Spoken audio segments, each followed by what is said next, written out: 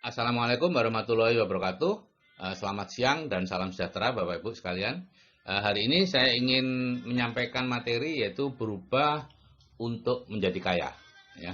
Untuk menjadi kaya Bapak Ibu perlu berubah. Tidak mungkin dengan kondisi yang sekarang, kondisi pola pikir sekarang tiba-tiba menjadi kaya. Apa peran yang Bapak Ibu inginkan di dunia ini? Menjadi kuda penarik kereta atau menjadi penumpang kereta? Kalau menjadi kuda penarik kereta, maka Bapak Ibu tidak perlu berubah karena Bapak Ibu sekarang sudah ada di sana. Gitu ya. Bekerja keras, mencari uang, kemudian kalau untuk nafkah, kalau ada kelebihan uang diberikan beban, dimasukkan ke kereta Bapak Ibu, terus seperti itu, dan Bapak Ibu terus menerus membawa beban itu kemana-mana. Rumah, mobil, dan sebagainya. Jadi tidak perlu berubah, karena Bapak Ibu sekarang sudah ada di sana. Tapi kalau Bapak Ibu ingin menjadi penumpang kereta, yaitu menikmati hasil-hasil aset yang Bapak Ibu bangun sebelumnya, maka Bapak Ibu perlu berubah. Karena mungkin Bapak Ibu sekarang belum berhasil membangun aset atau belum kepikiran membangun aset, baru rencana-rencana saja. Semua perubahan itu berawal dari pikiran Bapak Ibu ya. Pikiran Anda akan memunculkan tindakan diulang-ulang jadi kebiasaan terus-menerus jadi karakter itu yang menjadi nasib Anda. Jadi nasib Anda sekarang ini bukanlah takdir Anda, gitu ya. Anda mau banyak utangnya atau masih hidup di bawah jembatan atau apapun itu bukan takdir Anda. Itu hanya karena akibat dari cara berpikir Anda 5 sampai 10 tahun belakangan ini. Nah, cara berpikir Anda sekarang itu akan menentukan bagaimana nasib Bapak Ibu 5 sampai 10 tahun yang akan datang.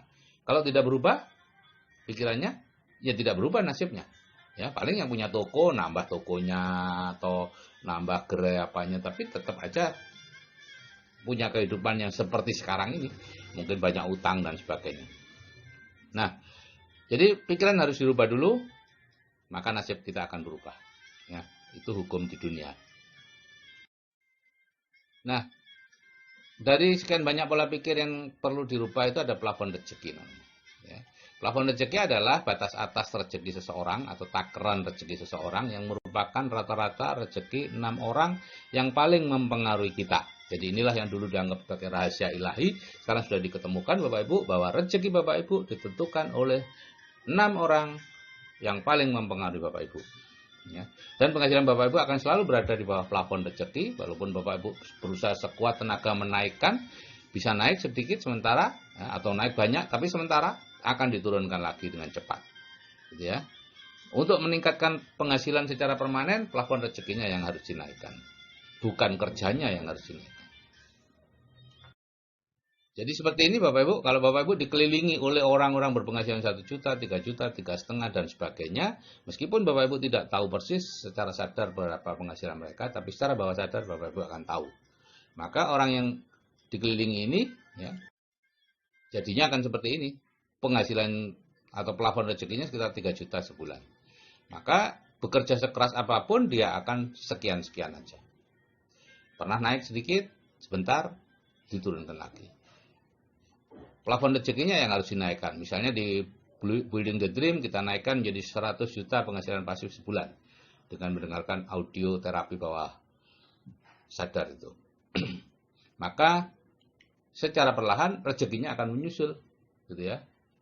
Dengan cara ketemu dengan orang yang tepat di saat yang tepat untuk akhirnya mengajak kita untuk menjalankan bisnis, berinvestasi atau apapun yang menyebabkan Bapak Ibu akan punya penghasilan 100 juta sebulan. Bukan kok tiba-tiba saja jadi kaya, tidak ada ceritanya. Bapak Ibu harus bertindak, action, harus bekerja dulu. Nah, profil orang kaya seperti ini Bapak Ibu ya, plafon rezekinya tinggi, dia pemimpi, kemudian berpikir hasil bukan proses. Yang penting adalah hasilnya. Bisnis apapun dia lakukan. Orang miskin berpikir proses, milih-milih bisnis, ini tidak mau, itu tidak mau. Kemudian kecerdasan finansialnya tinggi. Sedangkan kemampuan teknisnya itu hanya membangun jaringan dan membangun sistem. Mereka tidak terlalu peduli dengan kemampuan manajerial dan sebagainya. Itu orang lain. Mereka tinggal ngambil karyawan yang cocok untuk itu. Jadi hidup adalah peniruan Bapak Ibu. Kalau kita ingin menjadi orang kaya, maka Bapak Ibu cukup memiliki pola pikir orang kaya dan kemampuan teknis orang kaya. Tentu yang akan diberikan di grup Building the Dream, lanjutan, CAA, dan seterusnya. Berlatihlah menjadi orang kaya. Gitu ya. Nah, tujuan BTD adalah membuat anggotanya memiliki penghasilan pasif 100 juta per bulan, kaya sejati. Dan itu dilakukan secara gratis, Bapak Ibu. Ya. Bapak Ibu tidak perlu membayar ini itu. Kalau nanti ada orang yang mengatakan masuk ke BTD, bayar sekian-sekian, itu bohong, Bapak Ibu. Ya. Dia ingin mengambil untung dari Bapak Ibu. Semua diberikan gratis. Jadi cara merubah dulu dan sekarang itu, kalau cara lama Bapak Ibu punya cita-cita merantau, kemudian magang ke orang kaya atau dijadikan mantu, kemudian jadi kaya. Kalau cara baru ini dengan ilmu Bapak Ibu.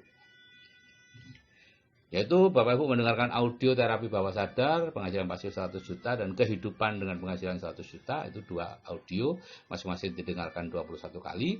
Kemudian berkumpul dengan orang sukses, mengikuti seminar-seminar inspirasi yang saya tunjuk, dan CD-CD yang saya pilihkan.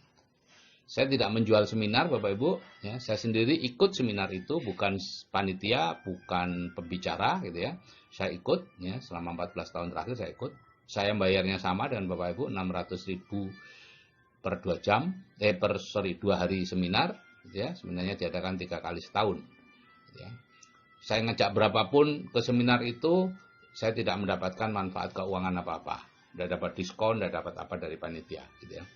Nah, kalau Bapak Ibu sudah mengikuti, mendengarkan audio terapi bawah sadar, berkumpul dengan orang sukses, dan memiliki pola pikir penghasilan pasif 100 juta sebulan, maka ya otomatis Bapak Ibu akan dibawa ke sana, dan akhirnya menjadi kaya. Itu sudah otomatis, ya.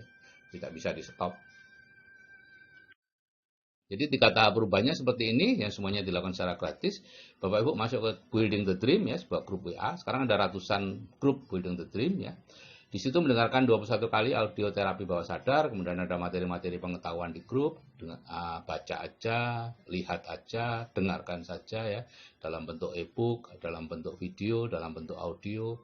Setelah selesai, Bapak Ibu akan dipindah ke program lanjutan. Di situ mendapatkan CD-CD inspirasi ya. Di Building the Dream tidak mendapat CD inspirasi, hanya 1-2 saja. Dan ikut 3 kali seminar inspirasi selama setahun gitu ya. Dan setelah itu ya mekanisme sukses otomatis Bapak Ibu sudah jalan dan akan membawa mencarikan bisnis, investasi ataupun apa yang memberikan penghasilan pasif 100 juta sebulan. Ya. Entah dengan cara sendiri atau melalui CAA. Itu sih suka-suka aja. Yang penting adalah baru. Ya, bisnis baru, bukan bisnis yang sekarang Bapak Ibu kerjakan. Karena itu sudah pasti tidak akan membawa Bapak Ibu ke penghasilan pasif 100 juta sebulan. Kenapa? Karena bisnis itu Bapak Ibu temukan pada saat pola pikir Bapak Ibu adalah pola pikir bekerja keras mencari uang. Sehingga bisnis-bisnis yang menarik hati Bapak Ibu adalah bisnis-bisnis yang sifatnya bekerja keras mendapatkan uang. Bukan bekerja keras membangun aset. Itu syarat untuk bisa mendapatkan penghasilan pasif 100 juta sebulan adalah Bapak Ibu bekerja keras membangun aset, bukan mencari uang. Nah, hal-hal yang dipelajari nanti di grup CAA, seandainya Bapak Ibu masuk ke grup CAA, Dream Building, Time Management, Goal Setting, People Skill, Leadership Skill, Attitude of Success, meningkatkan percaya diri, cara mengatasi kegagalan. Dan ini pun bisa diperoleh di Leadership Seminar.